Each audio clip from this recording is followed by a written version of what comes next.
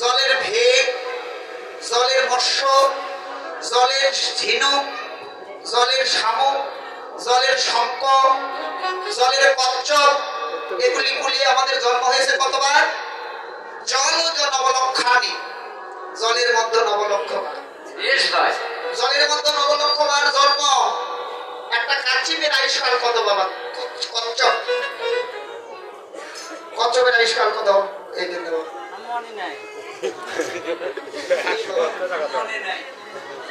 বাবা শোনেন, আজকে দেখেন ঘটনাটা কি একটু বলি।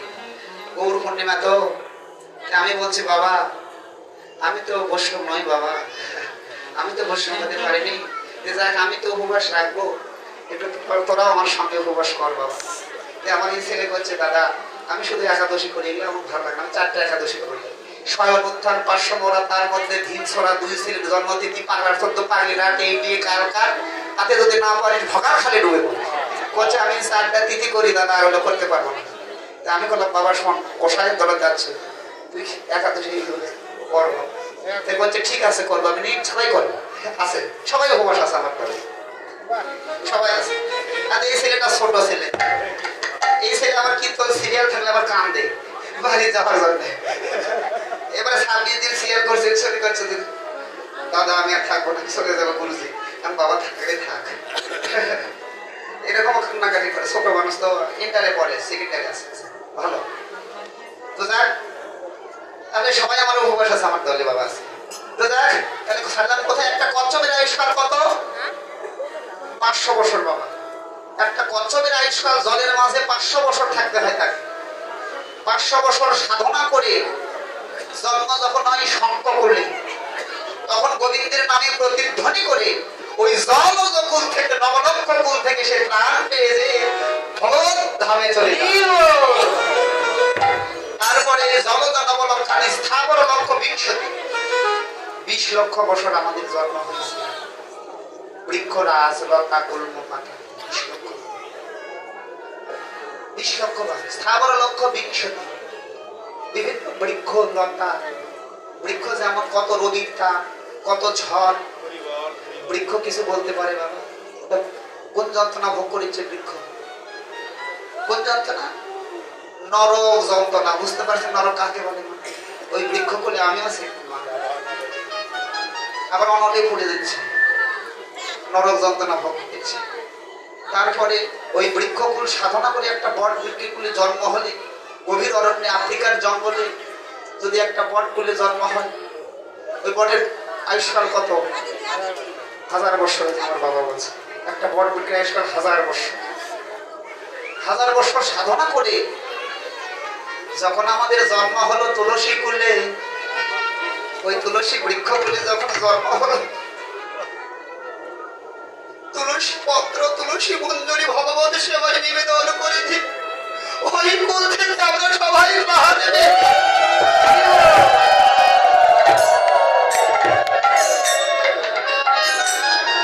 তারপরে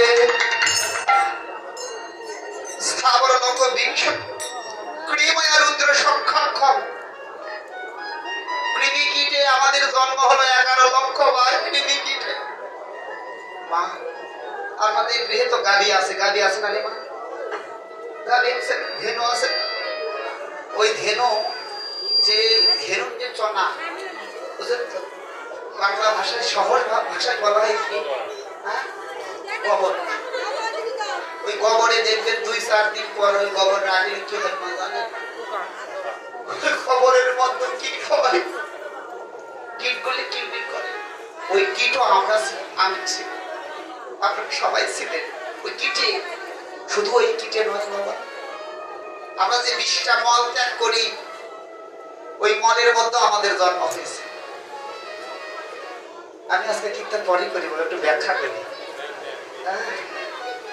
ওই কীটের মধ্যে আমাদের জন্ম হয়েছে। ওই যে মলের যে কীট মা, ওটা কোন যন্ত্রণা কল্পনা? নরক দেখছেন কি মা? দেখেছেন না? শুনেছেন নরক? শুনেছেন, দেখেছেন, শুনেছেন? নরক কি ও মা? সেখান থেকে যদি ভাগ্যক্রমে যদি একটা কীট জন্ম হয়, মৌমাছি করে, ওই মৌমাছি কুলে জন্মগ্রহণ করে ভগবত সেবার জন্য মধু সংগ্রহ করে দিই, ওই কুল থেকে আমরা ত্রাণ পাই। তারপরে কৃমায়া রুদ্র সংখ্যা কম, পক্ষী না 10 লক্ষ কম, পাখি কুলে জন্ম আমাদের 10 লক্ষ বার। দ্বিজ কুল যাকে বলা হয় দ্বিজ, পাখিকে দ্বিজ বলা হয়, ব্রাহ্মণকেও দ্বিজ বলা হয়। পাখি কুলে 10 লক্ষ বার। এই কুল থেকে সে কুল থেকে যখন জন্ম হলো ময়ূর কুলে, সেই কুল থেকে ত্রাণ পেয়ে গেলাম। সংক্ষিপ্ত বলছি বাবা, বলে যেতে হবে। তারপরে আবার 30 লক্ষ পশু, সবার জন্ম হয়েছে 30 লক্ষ পশু কুলে। ছাগল, গরু, ভেড়া, বাছুর, কুকুর, কাক, বিড়াল, গরু, এগুলো 30 লক্ষ পশু কুলে জন্ম হয়েছে। কুকুর কোলে যদি জন্ম হয় কত মাংসের লাঠি, শুকুর কোলে জন্ম হলে কত বিষ্ঠা গ্রহণ করতে হয়। মা আমাকে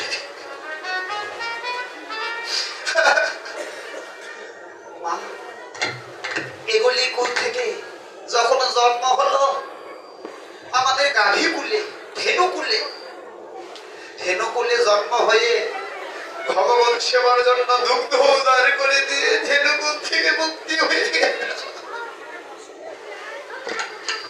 সেই কুল থেকে 30 লক্ষ পশু, 70 লক্ষ বানর, 4 লক্ষ বানর কুলে জন্ম। বৃন্দাবনে যারা গিয়েছেন মা দেখবেন কত ব্রজবাসীরা আছে। আমার আজকের দিনে আমার নবদ্বীপে থাকার কথা বাবা, আমার গুরু ভাইয়েরা সবাই চলে গেছে, আমার ভিসা পাসপোর্ট সব হয়েছে, আমি যাব, আমি মাঝে মাঝে যাই। তো এইবারে যে আমার এই যে কীর্তন গুলা রেখেছি ডায়েরিতে, কীর্তন কথা দুই করবো না, তাই আমি কীর্তন করে বৈশাখে চলে যাবো। তাছাড়া গৌর পূর্ণিমায় আমি ওখানে থাকার কথা ছিল। তাই মারে 4 লক্ষ বানর কুল, তারপরে আমরা দেব দুর্লভ মানব জন্ম পেয়েছি। তাহলে এই জন্ম পেয়েছি 84 লক্ষ জনই ভ্রমণ করিয়া। এটি কি রঙ্গরসের জন্ম রে মা? এই জন্ম পেয়ে আমরা ভজন করব না করব না, কোনটি কম? ভজন করব না করব না রে মা? ভজন করব, নাহলে কি হবে মা? আমার ওই 84তে যেতে হবে আমাদেরকে, ভজন করতে হবে মা। এটি এ তো রঙ্গরসের জন্ম হয় রে,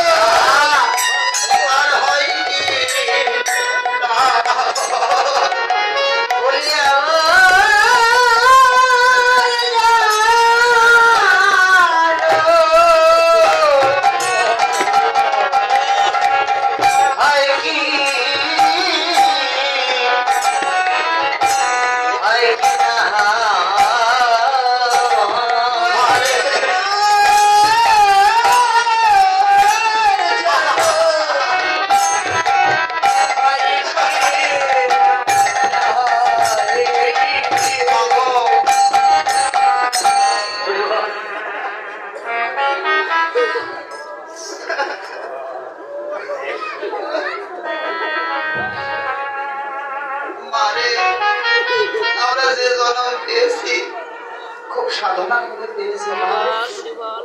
এই জন্ম পেয়ে যদি গৌর গোবিন্দ নাম ভজন করি রে মা, আর এই জন্ম কি পাবো না, পাবো না মা। ভজন করতে গেলে মা আগে আমাদের গুরু ধরতে হবে মা। একটু শ্রবণ করেন মা, গুরুদেবের কৃপা ছাড়া কেউ কোনোদিন ভগবান চরণ পাবে নাই রে মা। হরে কৃষ্ণ। শ্রী গুরুদেবের কৃপা কটাক্ষ ছাড়া কেউ কোনোদিন ভগবানকে লাভ করতে পারে। আমাদের লালা বাবু, ধ্রুব মহারাজ, ভক্ত প্রহ্লাদ, আমাদের সরগোস্বামী প্রভুপাদ, যারাই ভগবানকে পেয়েছে গুরুদেবের কৃপায়, নিত্যানন্দ অভিন্ন প্রেম ভক্তি মহারাজ শ্রী নরোত্তম দাস ঠাকুর মহাশয় বললেন, সাধনে ভাবিও যা সিদ্ধের দেহে পাবে তাই।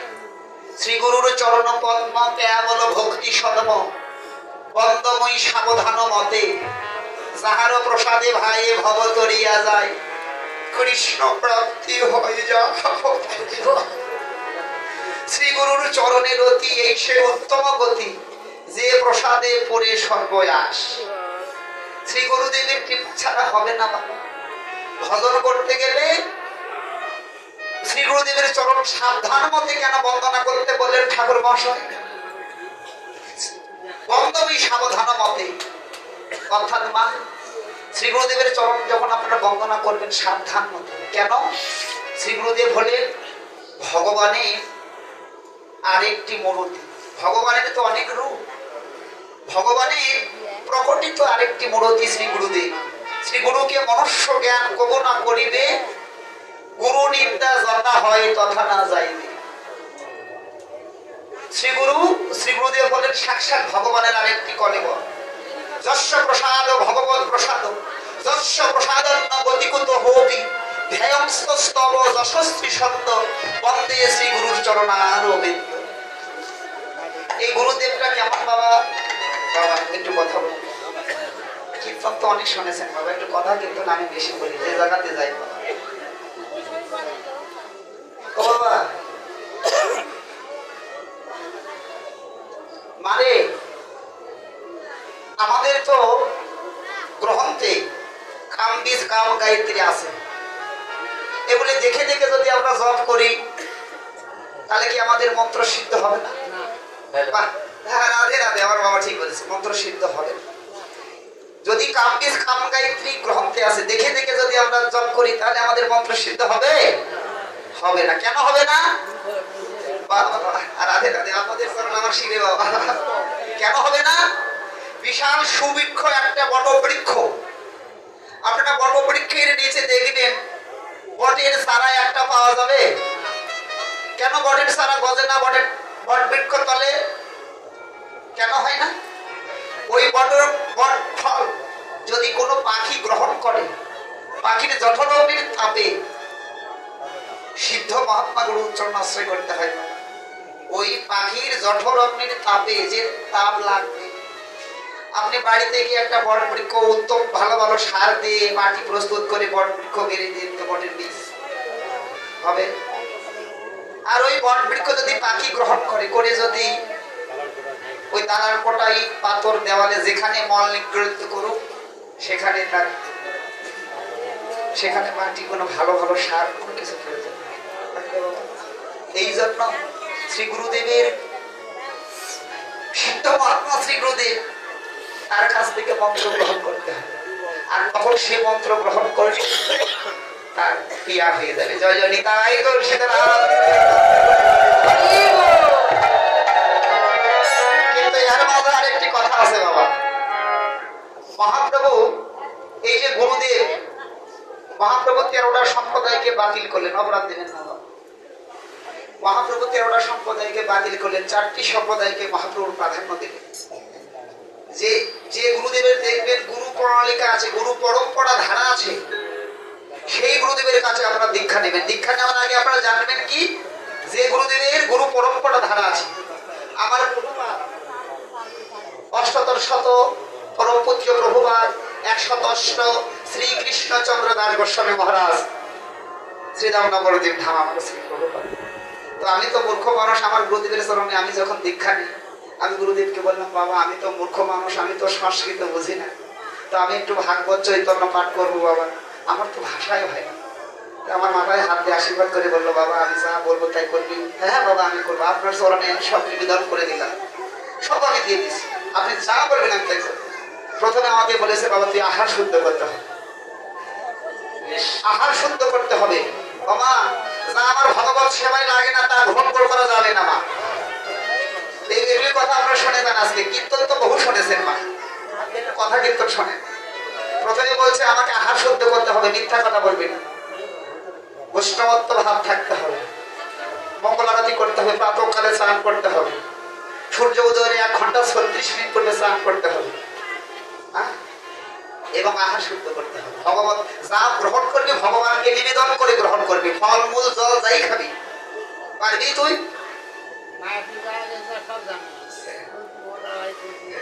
তখন যাই হোক, তখন আমি গুরুদেবের চরণ ধরে বললাম, প্রভু আমার যতদিন আমার শক্তি আমি করবো, আমি তারপরে গুরু কৃপা বাবা, আমার কোথাও গ্রহণ তো খুঁজতে হয়নি, গুরুদেবের কৃপায় আমার আপনি আপনি যস্য প্রসাদ ভগবত প্রসাদ যস্য প্রসাদ গতিগত হবি হেম স্তব দশশ্রী শব্দ বন্দে শ্রী গুরু চরণ, গুরু কৃপা।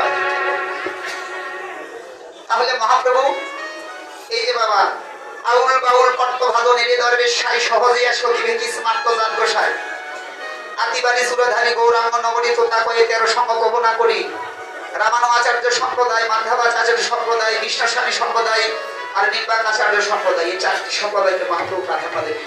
জানিতে গেলে অনেক কথা আর যাবো না বাবা, কথা বলা বেশি বাড়াবো না, ঠিক আছে? এবার কি বললেন? আরে দিবা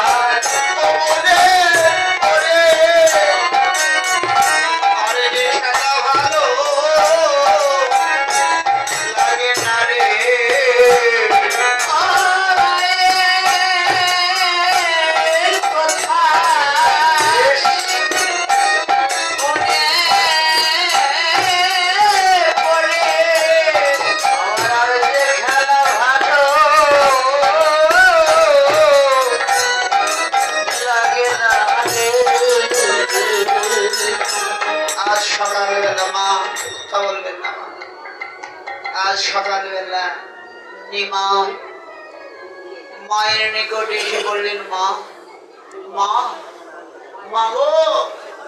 মা বললেন, কি রে? নিমা নিমা নিমাই বললেন, মা মা। কি রে নিমাই, কি হয়েছে বল, কি বলবি বল রে। মায়ের কাছে বলতে তোর সংকোচ কেন? কি বলবি, কি হয়েছে বল না। মা বলল, নিমা তুই ছাড়া আমার আর কি আছে, বল কি হয়েছে নিমাই। নিমাই বলল, মা আমি একটু ভক্তদের নিয়ে হরিনাম সংকীর্তনে যাব মা, তুমি একটু অনুমতি দাও মা। ও এই কথা, ভক্তদের নিয়ে হরিনাম সংকীর্তনে যাবি? তুই যে যাবি বাবা, আমার যে প্রাণের বিশ্বরূপ ছিল সে যে আমাকে ছেড়ে জনমের মতো চলে গিয়েছে। তুই যদি হরিনামের খেলা খেলিতে গিয়ে যদি আর না ঘরে ফিরে আসি, আমাকে মা বলে কে ডাকবে রে? তুই ছাড়া আমার আর কেউ নেই। তুই যে আমার হর গৌরী আরাধিত ধন, তোকে কত সাধনা করে পেয়েছি নিমা, যাবি যা, কিন্তু সকাল সকাল ঘরে ফিরে আসবি। মায়ের অনুমতি হয়ে গেল। এবারে নিমাই ভক্তদের নিয়ে হরিনাম সংকীর্তনে গিয়েছেন সকালবেলা। গিয়েছে এমা, গিয়েছে সকালবেলা। সারাদিন ওই পথ দিয়ে কত লোক আসে যায়, মা খালি ঘর আর ঘর আর আনাগোনা করছে। কেন? যে পথ দিয়ে নিমাই হরিনাম সংকীর্তন করতে গিয়েছে, ওই রে বেলা বয়ে যা, আমার নিমাই তো এতক্ষণ আসে না। কত লোক এলো, কিন্তু আমার নিমাই তো এলো না। নিমা কোথায় গেলি বা? তুই যাবার বেলা বলে গেলি মা আমি সকাল সকাল আসবো। এই কি তোর সকাল রে? তুই বলবি আর করবি আর, তুই ছাড়া আমার তো আর কেউ নেই রে নিমা।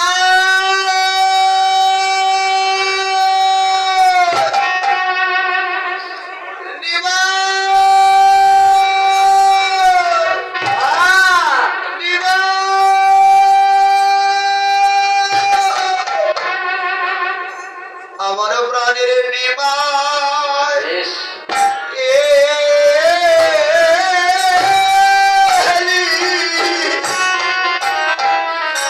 নাকি বা